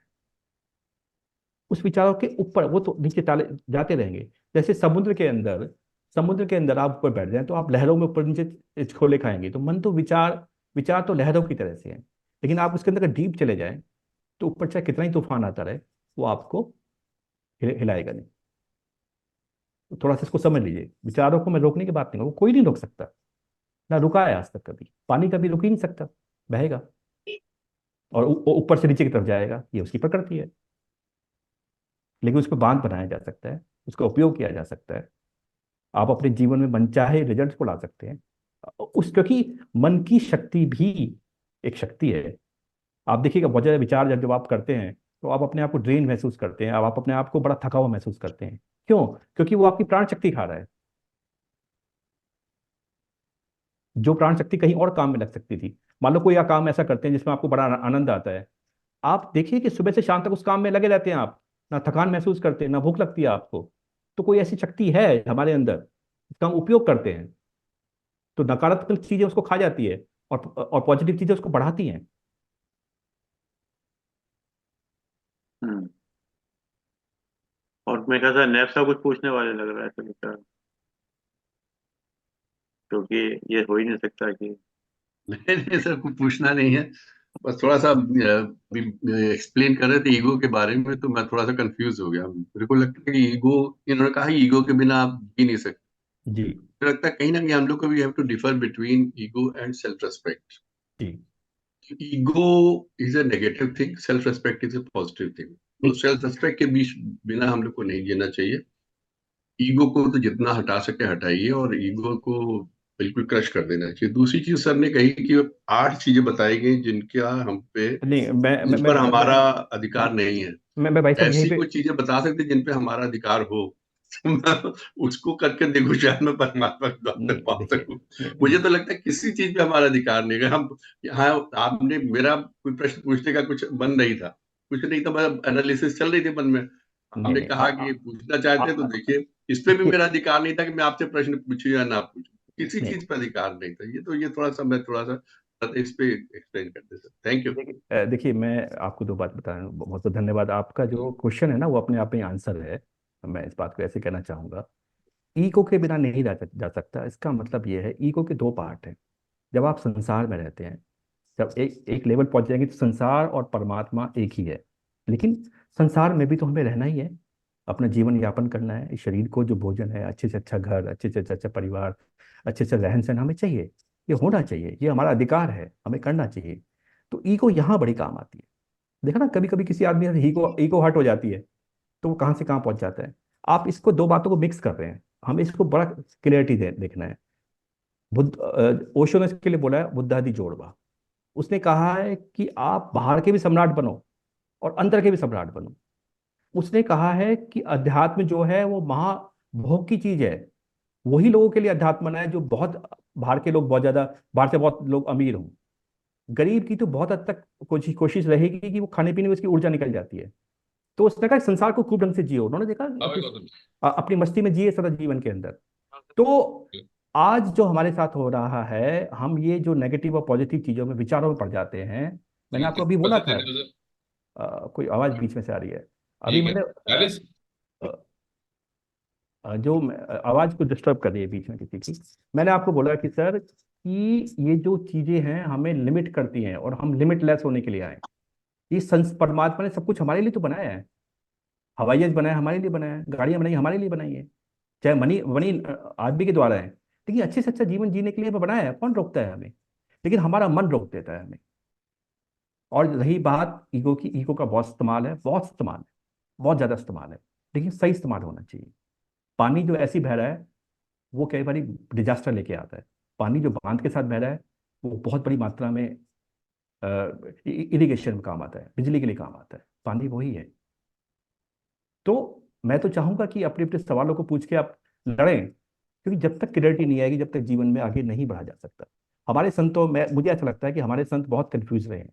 कभी वो कहते हैं कि परमात्मा के लिए सब कुछ छोड़ दो, कुछ कहते हैं परमात्मा के लिए कुछ मत छोड़ो। ये एक बड़ी विडंबना है संसार के अंदर। सबसे पहले तो ईगो लेस वही हो सकता है व्यक्ति जो स्वयं से प्यार करता हो। सबसे इंपॉर्टेंट है कि स्वयं से प्यार करो। अगर मैं खुद से प्यार ही नहीं करूंगा तो दूसरे से क्या प्यार करूंगा? क्या कभी हमने अपने अपने शरीर को धन्यवाद दिया है कि तेरी वजह से मैं जीवन जी पाया? सोचो, ये बहुत इंपॉर्टेंट है जानना। हमें कोई बड़ी बड़ी बातें नहीं करनी है संसार के लिए। मैं खुद तो जी लूं, खुद तो समझ लूं अपने आप को, वो बहुत इंपॉर्टेंट है। इस देश की विडंबना भी यह है कि हमारे पास ज्ञान तो बहुत है लेकिन हम प्रैक्टिकल में नहीं उतर पाए, क्योंकि वो लोग गायब हो गए, वो लोग हैं नहीं, या बहुत कम लोग रह गए हैं जो प्रैक्टिकल टिप उतार दें। बहुत विज्ञान छोड़ रखा है हमारे पीछे, लेकिन संतों ने संकेत में बात की हुई है। अपने को, जो आदमी खुद को प्रेम कर सकता है वही आदमी संसार को प्रेम कर सकता है। और वो कैसे पता चलता है? वो ऐसे पता चलता है कि जो जिसके पास है उसके प्रति अगर वो कृतज्ञता से भरा हुआ है, उसका मतलब उसके अंदर प्यार भरा हुआ है। और जो शिकायतों से भरा हुआ है, इसका मतलब उसको अभी बहुत कुछ समझने की आवश्यकता है। क्योंकि जीवन तो आप देखो, सभी लोग काफी उम्र के लोग हैं, मैं भी 50 करोड़। जीवन तो हर कुछ समय के बाद आपको चौराहे पर लाके खड़ा कर देता है कि अब क्या करूं। चुनौतियां आ जाती हैं सामने। मुझे लगता नहीं कोई भी व्यक्ति हमारे सामने ऐसा होगा जिसके सामने चुनौतियां ना हो, चाहे उसका लेवल कोई भी हो, चाहे गरीब से गरीब आदमी हो, चाहे अमीर से अमीर आदमी हो। और रही बात वो 8 चीजों वाली, वो कहने का भाव ये था कि मन आपको इनमें इल्झाए रखेगा, तो मन को समझाने के लिए उसका उपयोग किया था मैंने। उस सत्संग का उपयोग किया था। हमारे हाथ में कुछ भी नहीं है, ये सत्य है, ये असत्य नहीं है, लेकिन मन को समझाने के लिए, मन को साधने के लिए आपको इनका उपयोग करना ही पड़ेगा। अच्छा नीरज जी, एक और सवाल है। जैसे जी आजकल हम ये चीज देखते हैं कि कोई ना कोई जो व्यक्ति है उसका कोई ना कोई गुरु होता है। जी और कहते हैं जब किसी का कोई गुरु नहीं होता निगुरा होता है, जैसे कहते हैं ना। और जी जी इसको जी कोई ढूंढने का प्रयास भी करता है कि सब गुरु बन जाए। जी तो कभी कभी हम इतना फंस जाते हैं उसके चक्कर में कि अपने गुरु के आगे हम दूसरे की बात सुनना ही पसंद नहीं करते, जी क्योंकि वहां हमने ढक्कन लगा लिया या अपने आप को बिल्कुल ही बंद कर लिया, किसी चीज में कर लिया। क्योंकि वहां एक्सेप्टेंस नहीं हो पाती कई चीजें। मतलब हम जी लोग क्या जी होता है ना, जैसे हमारे गुरुदेव वेदमूर्ति पंडित उपनिषद श्री राम शर्माचार्य, जी उन्होंने कहा कि बेटा मैं व्यक्ति नहीं विचार हूँ। जी क्योंकि व्यक्ति से आदमी परहेज कर सकता है पर विचार से नहीं कर सकता। जहां से भी अच्छे विचार जी मिले ले लेने चाहिए, मतलब हमेशा। तो हम लोग कई बार हम ये देखते हैं कि हम कहीं ना कहीं उस विचार को एक्सेप्ट ही नहीं करना चाहते। जैसे जी ओशो का विषय, जो कि आप हमारे पास पहली बार चैनल पर आए हैं। जी तो ओशो के विषय में कई लोगों को जानकारी नहीं होती या अधगति जानकारी होती, किसी के विषय में वो मतलब हो ना, तो फिर आदमी उसको सुनना ही पसंद नहीं करता। ऐसा ही कोई मन का भी सवाल होगा कहीं ना कहीं, कि मन तो जी जो है जी जहाँ रस मिलेगा वहीं चलेगा। जैसे पान है, गुटखा है, उसमें रस कोई ना है। रस तो को खाने में नहीं है, परंतु क्या उसका रस आता है इसलिए वो आदमी खा लेता है। तो बेसिक चीज तो रस में है ना उसकी। अब वो रस जी जैसे होता है कि वो चाहे वो अच्छी चीज में हो चाहे बुरी चीज में हो, रस तो रस ही है ना। जी तो ऐसे कैसे मतलब हम अपने आप को एक्सेप्टेंस करें मन को, कि जो हम चीज को समझे। अब इतना भी वक्त किसी पर नहीं है जो भी आयु है कि इसमें लंबे समय तक हर एक को समझे छोड़े। फिर कभी कभी ये कहते हैं "वे तू एक को मान ले, उसी के अंदर तो चला जा, मतलब चारों तरफ भागेगा जाएगा"। तो ये भी एक थोड़ी सी विडम्बना टाइप की है। जी देखिए, आपका जो सवाल है उसमें एक बहुत महत्वपूर्ण आपने बात बोली कि गुरु एक विचार है। और आज के टाइम में हो क्या रहा है कि गुरु एक व्यक्ति बना हुआ है। जब भी कोई गुरु एक व्यक्ति बन जाता है तो वो चाहता है कि उसके शिष्य दूसरी जगह ना आ जाए। सबसे पहली बात तो जो भी लोग ये कहते हैं कि गुरु के रूप में, कि गुरु मेरे अलावा किसी को नहीं यूज करना चाहिए या निर्गुणा हो जाना चाहिए, संतों ने इसके बारे में गलत कहा है। जो सही संत हैं वो कहते हैं नहीं, आपको जगह जगह जाना चाहिए। क्योंकि एक बात तो ये भी कहेंगे नहीं, हरि कथा अनंता। जब वो अनंत ही है तो उसके अनंत ही स्वरूप है। और अनंत स्वरूप है तो गुरु, एक गुरु तो नहीं दे सकता ना सारे सारे रूपों को उसको सामने, क्योंकि उसको हजारों तरीके से जाना जा सकता है। मान लो मैं बॉम्बे गया हूँ और यहाँ से राजस्थान से होता हुआ गया हूँ, तो मैं उसकी बात करूंगा। लेकिन आप हो सकता है मध्य प्रदेश से होते हुए हूँ तो आप उसकी बात करेंगे। रास्ते दोनों ही हैं। तो ये जो अवधारणा है मेरे मेरे अनुसार तो बहुत गलत अवधारणा है। और दूसरी बात यह है कि जब भी आपको लगे एक गुरु के चरणों में बैठ के आपको लगे कि अब मेरा आनंद यहाँ सीमित हो रहा है या आनंद नहीं आ रहा, आनंद कसौटी है, आपकी मस्ती कसौटी है, लगे कि अब ये यहाँ पर वो उतना आनंद नहीं आ रहा, उठ चलो, आगे बढ़ो। कब तक 7वीं क्लास में बैठे रहोगे? कब तक 8वीं क्लास में बैठे रहोगे? देखो दत्तात्रेय जी जो हुए, जो गुरुओं के गुरु कहे जाते हैं, जो मास्टर ऑफ मास्टर कहलाए जाते हैं, उनके 52 गुरु थे। 52 है 24? 52 गुरु बोलते हैं उनके, कुत्ते से लेके और जो भी 24 उन्हें सुना मिला था, वो ये तो गुरु। आपने बढ़ा दिया इसमें मुझे लगता है अब सही। बढ़ा दी, हो सकता है मुझसे गलती लग गई हो जी, मुझसे गलती लग गई हो। तो हो सकता है, देखिए मुझे बहुत ज्यादा नहीं पता लेकिन हो सकता है। तो लेकिन उन्होंने, इसका मतलब एक से अनेक गुरु थे उनके, इसमें कोई कहा नहीं जा सकता। तो इम्पोर्टेंट ये है कि आनंद कसौटी है, हमें मस्ती आ रही है, हमें देखने दे। क्योंकि मुश्किल से मुश्किल हम 4-5% ही माइंड का इस्तेमाल कर पाते हैं, मुश्किल से मुश्किल। और जो बहुत बड़े संत हैं, आइंस्टीन जैसे लोग हैं, वो 8 से 12% यूज कर पाते हैं। अपार संभावना है हमारे पास, अपार संभावना है। आप ये देखिए कि अभी तक संतों ने 21 आयाम ढूंढे हैं परमात्मा के, आत्मा के 21 आयाम ढूंढे हुए हैं। देखिए अभी तो बहुत सारे आयाम पड़े हुए हैं, तो बहुत काम करने को बाकी है। तो हमें तो गुरु से जो कुछ मिलता है, मैं ऐसा समझ पाया हूँ, वो बीज रूप में मिलता है।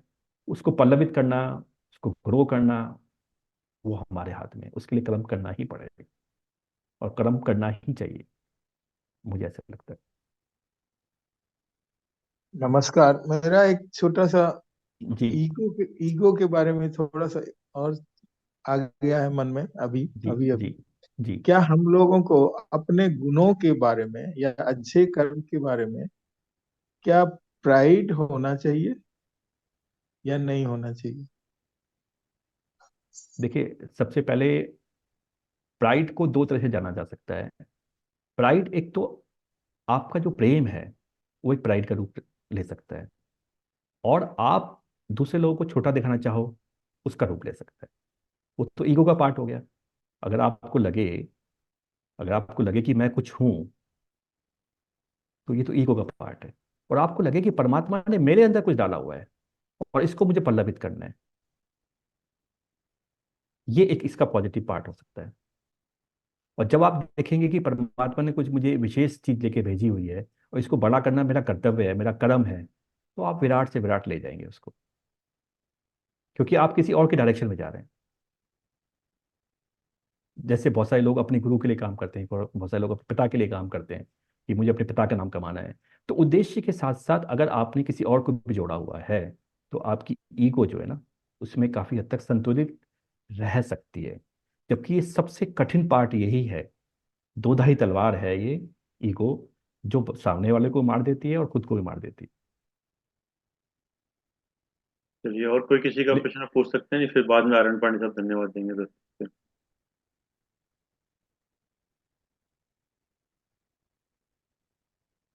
वैसे गुरु को तो और कहते मैं हैं। कहाँ, बोली जी जी बोली। बताइए। नहीं नहीं, आप बताइए जी। जी जी। नहीं, मैं तो ये कहता हूँ कि जैसे गुरु है, गु कहते हैं अंधकार, गुरु कहते हैं प्रकाश को, मतलब जो भी अंधकार से प्रकाश की तरफ खोली जाए वही गुरु है। और मेरा दूसरा मानना ये है कि कहते हैं every man is volume if you know how to read him. हर आदमी के अंदर कुछ ना कुछ खूबी होती है, जी उसी खूबी पे उसका फोकस रहे, और जो भी आप कह रहे थे कि जिसमें अपने अंदर जो कमी है उसको दूर करते जाएं और जो अच्छा है उसको बढ़ाते जाएं मतलब लाइफ के अंदर। तो कहीं ना देखिए, कहीं ये जो मैं ये कहना चाहूंगा कि ये कमी अच्छाई ये अभी भी सब हम संसार के तल पे ही हैं। हम्म, बुद्ध कहते हैं अप्पो दीपो भवो, स्वयं के गुरु खुद बनो। आप ये जानो कि आप ये तो मानते हैं ना कि जैसे संसार है वैसा ही मैं हूँ, एक पिंड के रूप में मैं हूँ। मेरे अंदर एक आत्मा बसती है जो परमात्मा का एक छोटा सा रूप है। तो अगर आप उसको भी जान लेते हैं, सबसे पहला कर्तव्य किसी व्यक्ति को यह होना चाहिए कि मैं स्वयं को जानूं। हम्म, हमारे यहाँ बहुत अच्छा काम किया गया। श्रद्धांजलि जब भी कोई बाहर जाता है क्या कहते हैं? अपना ध्यान रखना। कौन है वो अपना? वो ये कह रहे कि जो तुम स्वयं हो, जो जन्म जन्मों से यात्रा कर रहे हो, उसको जानो। लेकिन आज तो पहला टॉपिक सिर्फ इसका है, उसका जो पहली परत है जो हमें रोकने से रोकती है, जो पहला पर्दा है उस आत्मा के ऊपर, जो पहला पर्दा पड़ा हुआ है, जो सबसे मुश्किल पर्दा है, वो है मन का। आज हम उसकी चर्चा कर रहे हैं। अभी तो बहुत सारे पर्दे हैं, हम्म, लेकिन वो बहुत दूर नहीं है। और जिसको कोई रास्ता न नजर आता हो, मैं बहुत ऑथोरिटी से ये बात कह सकता हूँ कि रात को या दिन में जब भी मौका मिले, आंखें बंद करो और समस्या को पुकारो। ये जो स्पेस है वो भी उसका रूप है। उसमें कोई बात छोड़ दो ऐसे कह के कि आज मुझे ये चाहिए, और पूर्ण विश्वास रखो कि कोई आपकी बात सुन रहा है। बस हो जाएगा काम। मैं पूरी अथॉरिटी से कह सकता हूँ कि काम हो जाएगा। समय के ऊपर ना मेरा अधिकार है ना आपके अधिकार है। और देखा जाए तो परमात्मा के क्षेत्र में समय है ही नहीं, लेकिन वो काम जरूर होगा, जरूर होगा, जरूर होगा। विश्वास तो करो। मैं छोटी सी है समय, छोटी सी कथा मैं सुनाना चाहूंगा, बहुत छोटी सी कथा। कि परमात्मा को बच्चों को परमात्मा का रूप ही माना गया है।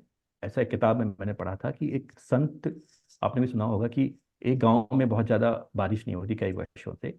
तो एक संत आए, तो लोगों ने उनसे प्रार्थना की कि भाई हमारे यहाँ बारिश नहीं हो रही है, सूखा पड़ा हुआ, हम क्या करें? तो उन्होंने कहा कि एक यज्ञ करना पड़ेगा, उससे वहां पर बारिश हो जाएगी। तो कहते हैं भी यज्ञ तो करो, फिर आप जैसे भी करना करो। तो एक निर्धारण हुआ कि उस संडे को यज्ञ होगा। तो यज्ञ हुआ, उसने कहा कि उस दिन यज्ञ होगा और उस दिन बारिश आएगी। तो गांव के सभी लोग इकट्ठे होने शुरू हो गए वहां पर। संडे को यज्ञ की जो आखिरी आहुति डालनी थी। तो उसमें से एक बच्चा था, वो भी अपने गांव माता से छाता लिया और लेके चल दिया। तो लोग हंसने लगे, देखो बच्चों में बुद्धि तो होती नहीं, और ये चल दिया यहाँ पे। तो वहां जाके जब वो काफी लेट पहुंचा तो यज्ञ वहां हो रहा था, आखिरी आहुति हो गई, तो लोग पूछने लगे कि भाई बारिश तो नहीं हुई। तो ये संत मुस्कुराने लगे। तो जैसे ही वो और भी लोगों ने सवाल पूछा कि क्यों नहीं हो रही बारिश, तो उन्होंने देखा कि एक बच्चा छाता लेके आ रहा है। तो उसने कहा उस बच्चे को मेरे पास लाओ। तो वो ले आए उस बच्चे को। तो उसने कहा कि बेटा तू छाता क्यों लेके आया है? बोला आपने कहा कि भाई यज्ञ खत्म होगा बारिश हो जाएगी, तो बारिश होगी तो मैं भीग जाऊंगा, छाता ले आया। तो उन्होंने कहा कि विचार के साथ अगर आप अपना हृदय जोड़ देते हैं तो परमात्मा उस काम को पूरा करता है। बोला अब बारिश जरूर होगी। तो मैं यही कहना चाहूंगा कि हमारे विचारों ने हमें बहुत छोटा किया हुआ है, बहुत कम किया हुआ है। अपने आप को मानो। जब तक आप स्वयं को सम्मान नहीं दोगे, जब तक आप दूसरे को जो सम्मान दोगे वो अधूरा ही होगा। जब आप किसी को सम्मान दे रहे हैं तो अपने गहरे में झांक के देख लो कि मेरे अंदर क्या चल रहा है। ऐसा तो नहीं कि तुम सामने वो लोग कहे तू तो बहुत महान है, अंदर के तुझे अंदर कुछ और कोई और बोल रहा हो, तू तो पागल है, तुझे कुछ आता ही नहीं, ऐसी बंदा घूम रहा है। तो ये जो डुअलिटी है, ये सामने वाले के मुकाबले स्वयं को बहुत घातक है, बहुत घातक है। तो ये बहुत अलर्ट होने की आवश्यकता है। ये ऐसी पगडंडी है जिस पे आप चलोगे अलर्ट के साथ तो बहुत जल्दी पहुंच जाओगे। स्वयं को जानना बहुत जरूरी है, स्वयं में क्या चल रहा है ये जानना बहुत जरूरी है, स्वयं के प्रति अलर्ट रहना बहुत जरूरी है। और इसके लिए अगर तुम ईगोइस्ट बनते हैं, हम ईगोइस्ट बनते हैं, तो वो भी एक्सेप्टेबल है, कहीं तो पहुंच जाएंगे। पर आदमी ऐसा साहब मेरे एक अपने। नहीं जी। एक ये विचार है कि कभी कभी जब नैब साहब भी बैठे, सभी लोग बैठे हुए हैं यहाँ पर, कि जो हम कहते हैं ना, मतलब हमारे अंदर हमारी चीज की कमी को ना सामने वाला व्यक्ति को जो कमी है मतलब वो प्रकट ना हो, या मतलब कहीं ना कहीं श्रेष्ठ मानने का प्रयास, मतलब एक मन का स्वभाव है कि अपने को श्रेष्ठ रखे मतलब। और जरा सी भी हमारी कोई कमी बता दे तो एकदम हमारा अंदर का जो ईगो, अभी जो वर्ड ईगो जो नैब साहब ने कहा ना, वो टकरा जाता है। पांडे जी अगर कहें तो एक छोटी सी कहानी सुना दूं मैं? हम्म? मुस्कुरा रहे, लगता है सुनी हुई है लगता है आपकी कहानी। साउंड खोल लो, बता दो कि सुना दो या नहीं सुना दो, फिर आपको धन्यवाद देंगे। सर प्लीज सुनाइए सुनाइए। पांडे जी ने कहानी ना उस धन्यवाद देना पांडे जी भूल। सुन रहे हैं तभी तो वो बाद में बोलेंगे ना, सर आप सुनाइए अच्छा, तो प्लीज गो कहानी ये है कि सब आप एक तो आप तो मालिक हैं। आप तो मालिक हैं, स्वामी हैं आप तो। नहीं, स्वामी नहीं है। इन्होंने कहा कि मन को सेवक बना के रखिएगा ना, नौकर बना के रखिएगा। तो हम तो नौकर हैं आपके। तो क्या है कि एक चित्रकार था, तो चित्रकार इतनी बढ़िया मूर्ति बनाता था, बड़ा बेहतरीन मूर्ति, यानी कि सामने वाला, जैसे आजकल आपने देखा ना, जैसे जाते हैं मोम की मूर्तियां होती हैं, अमिताभ बच्चन की मूर्ति, मोदी जी की मूर्ति, मतलब एकदम ऐसी ही कि बिल्कुल जैसे खड़े होकर मतलब असली नकली पहचानना मुश्किल आता। तो एक दिन मूर्ति बना रहा था अपना। तो मूर्ति बनाने के बाद क्या हुआ कि हल्का सा किसी ने हाथ ऐसे करके हाथ मारा, तो पीछे मुड़ के देखा, बोले तुम कौन? बोले मैं मौत हूँ। मौत? बोले हाँ। लगता है सुनी हुई पांडे जी की कीर्तन झाली। तो बोले कि मैं जो है आपको 30 दिन के बाद लेके चला जाऊंगा अपना। अब थोड़ा सा घबरा गया। और वही आपका बुद्धि जो अभी सवाल कर रहे थे बुद्धि विवेक का, कि तुमने क्या करा जाए? बोले ठीक है, जब मेरी इतने अंदर क्वालिटी है सब कुछ है, तो उसने ऐसी बेहतरीन मूर्तियां बनाई, 7-8 मूर्ति बना दी एकदम बिल्कुल बढ़िया किस्म की, जिसमें उसने अपने आप को खड़ा करके रख लिया, उसने देखने के बाद जो है कहीं पर भी कोई कमी नहीं रह जाए।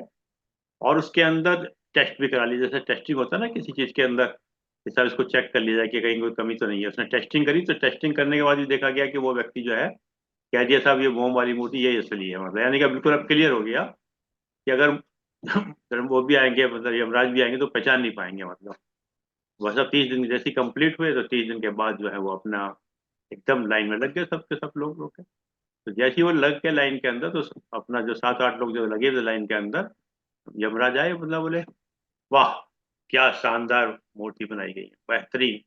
बनाने वाले की मतलब दाद देनी पड़ेगी, इतनी बेहतरीन मूर्ति बनाई उसने, मतलब कहीं कुछ नहीं। और लगता है एक मूर्ति कुछ कमी रह गई है। अब जो उसने कहा कमी रह गई है, वो बोल पड़ा क्या कमी रह गई है, बस आज बस यही कमी। तो क्वेश्चन तो क्वेश्चन क्या होता है कि मन का एक वो है, मतलब कि हम उस मेरा पता क्या है ना, उस मोमेंट्स को हम नहीं पकड़ पाते कई बार ना। जैसे आपने किताब जो है ओशो की, जो आपने लिखी संभोग समाधि, वो लिखी है, पता नहीं किस परिप्रेक्ष्य में लिखी होगी, पता क्या होता है, वो जो मोमेंट्स है ना, पल है, उसको कंट्रोल करना, उसमें उत्तेजित ना होना, या उसमें भी अपने को बैलेंस करना।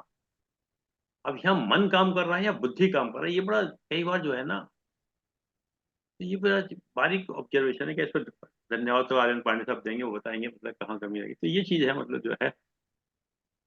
नहीं ये जी। अरोड़ा साहब ताली बजा रहे हैं या पूछना चाह रहे हैं, कुछ कहना चाह रहे हैं? हाँ कुछ बोलिए बोलिए, हाँ जी जी हाँ, साउंड खोल लीजिएगा अपनी। आ, आज का जो विषय है वो ओशो के कॉन्टेक्स्ट से जो मन की बात चल रही है, और ये दिनेश जी भाई साहब ने जिन चीजों को रखा है, बहुत अच्छे से उसको रखा है, तो मैं ओशो के माध्यम से और दिनेश जी के माध्यम से जो मन को समझ पाया, वो शायद ये है कि मन एक उपजाऊ भूमि है।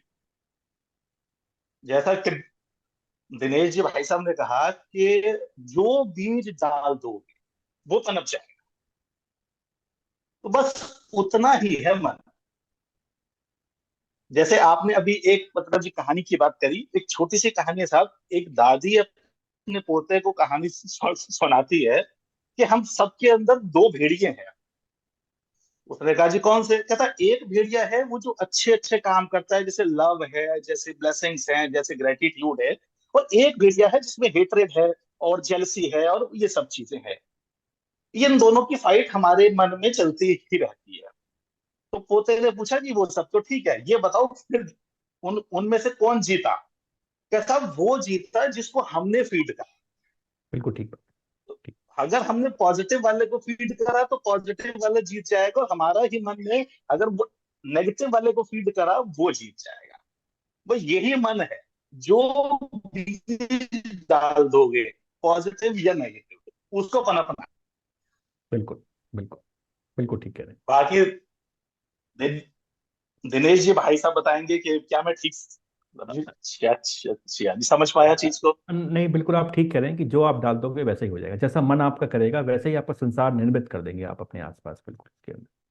तो आपके साथ जो अच्छा या बुरा हो रहा है उसके उसके उत्तरदायी तो आप स्वयं हैं, कोई और नहीं है उसके लिए। आपका जो बात की, जो मैं और थोड़ा सा आगे ले जाऊं उसको, तो हमारे साथ जो कुछ भी हो रहा है अच्छा या बुरा, अगर आप गहरे में उसको उसकी पड़ताल करेंगे तो उसकी वजह हम ही निकलेंगे, ऐसा मेरा मानना है। सही कह रहे हैं, भूमि भी वही है, जगह भी वही है, सब कुछ वही है। उसी भूमि में से जो है मिर्ची पैदा होती है, उसी में से गन्ना ही पैदा होता है। बिल्कुल बिल्कुल बिल्कुल चलिए, बिल्कुल। आदरणीय पांडे साहब।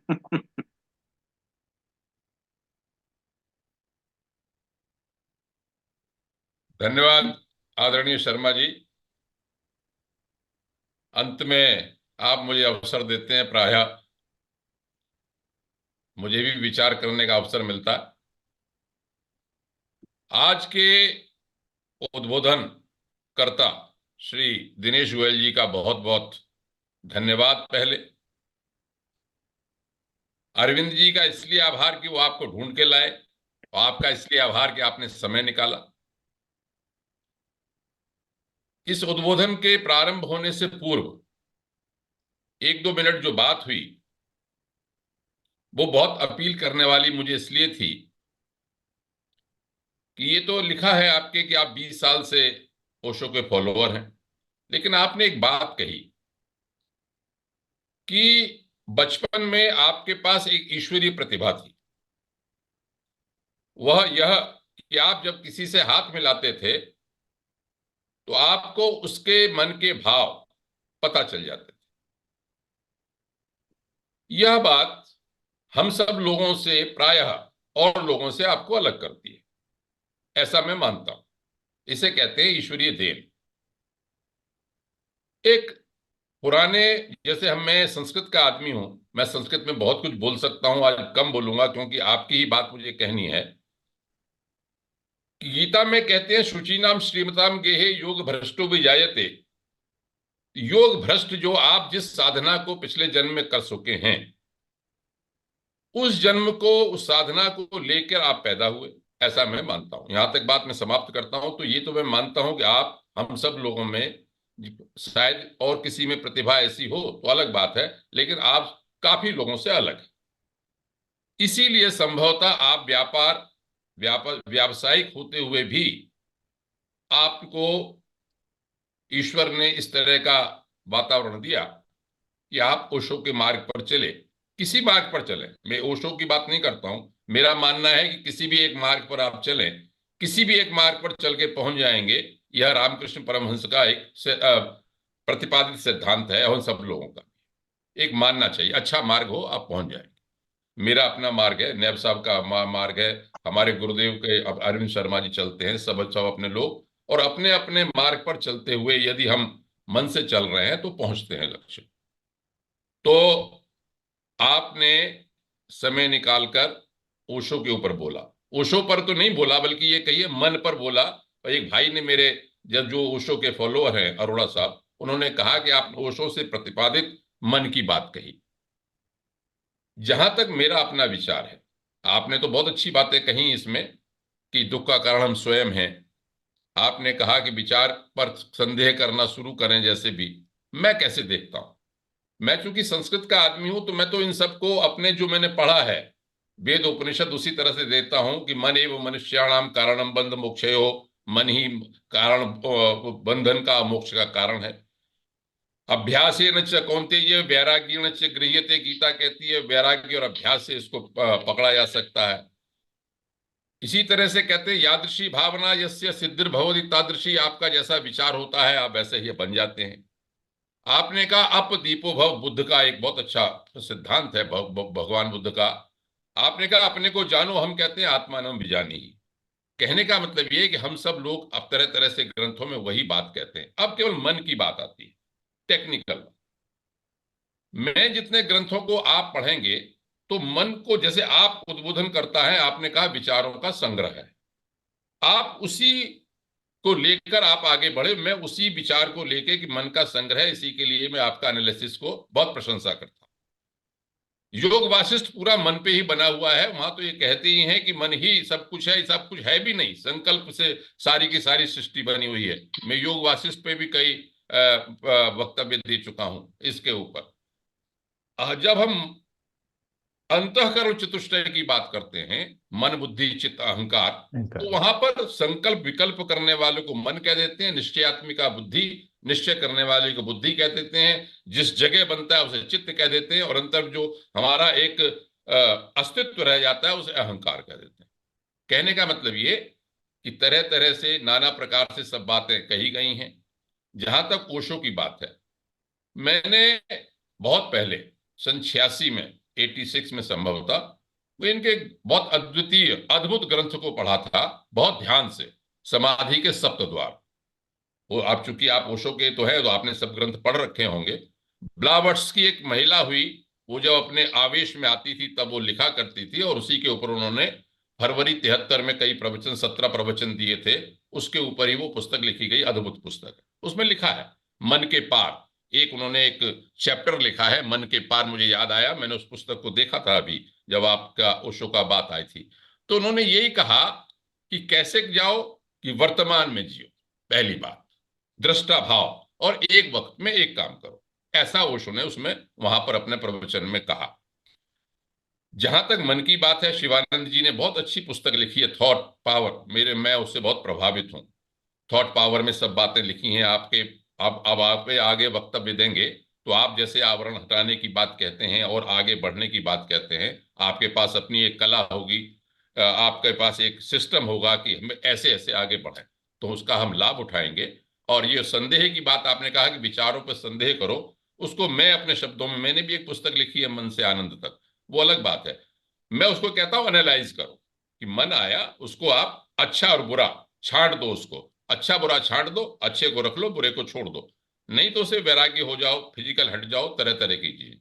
मुख्य बात यह है कि आपने जो कुछ भी बात कहा, और ये बात जो कहने जा रहे थे भी एक प्रश्न में, तो मैंने कहा हरि अनंत, हरि कथा अनंत, तो आपने कह ही दिया, तरह तरह से कहा जाता है। और इसमें कोई शक नहीं कि अपना ऑब्जर्वेशन सबसे बड़ी बात है, सेल्फ इंट्रोस्पेक्शन, जो मेरा अपना अनुभव है। मैं बहुत साधारण व्यक्ति हूं। मैं बार बार अरविंद जी से, सबने साहब के बात कहता हूं, शास्त्रों का ज्ञान हो सकता है मुझको, लेकिन जैसे आप एक मार्ग में बढ़े, अरविंद जी एक मार्ग में बढ़े, वैसा मैं कोई साधना वाला आदमी नहीं हूं, साधारण सा व्यक्ति हूं, संसारी व्यक्ति। लेकिन मुझे लगता है कि अगर सेल्फ इंट्रोस्पेक्शन, केवल आत्मनिरीक्षण की कला यदि हम सीख लें, तो हम बहुत आसानी से अपने जीवन को आनंदमय होकर बिता सकते हैं। और इस जीवन का उद्देश्य केवल आनंदमय रहना है किसी प्रकार से। कुल मिलाकर आपकी जो बातें हैं, आपका जो ज्ञान है, उसको हम और भी आगे सुनना चाहेंगे, यदि आप समय देंगे, अरविंद जी कहेंगे तो।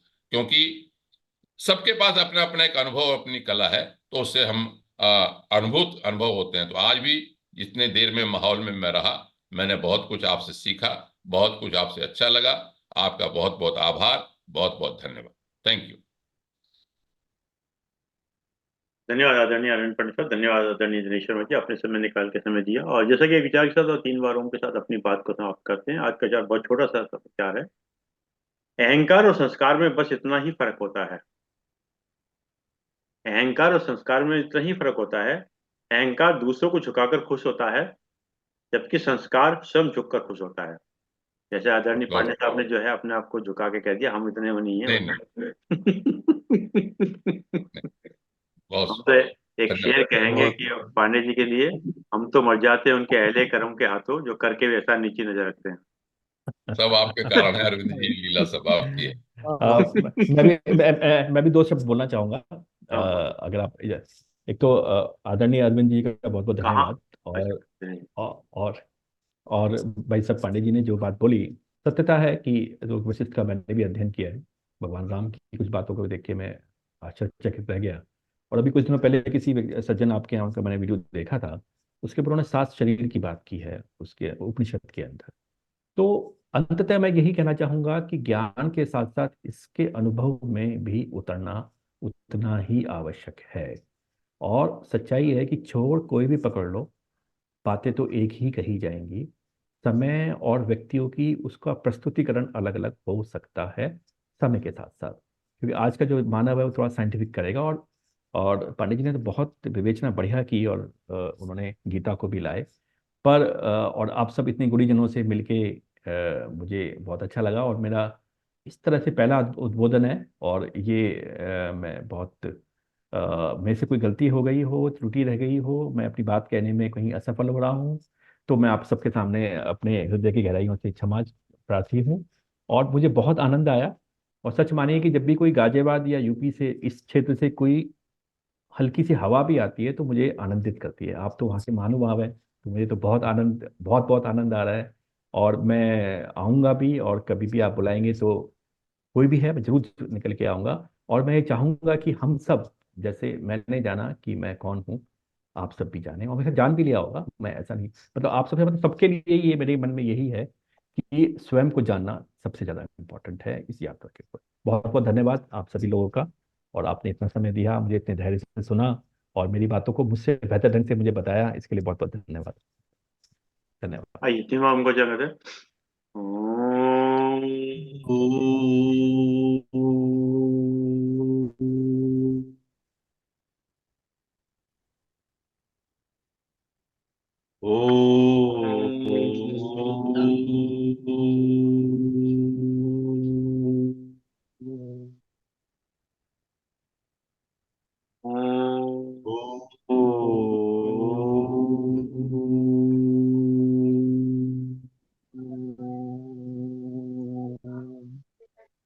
शांति शांति शांति।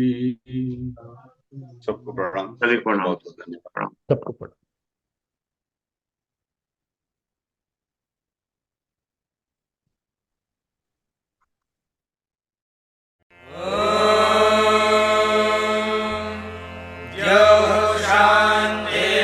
शान्तिरन्तरिक्षं शान्तिः पृथिवी शान्तिरापः शान्तिरोषधयः शान्तिः वनस्पतयः शान्तिर्विश्वे देवाः शान्तिर्ब्रह्म शान्तिः सर्वं शान्तिः शान्तिरेव शान्तिः।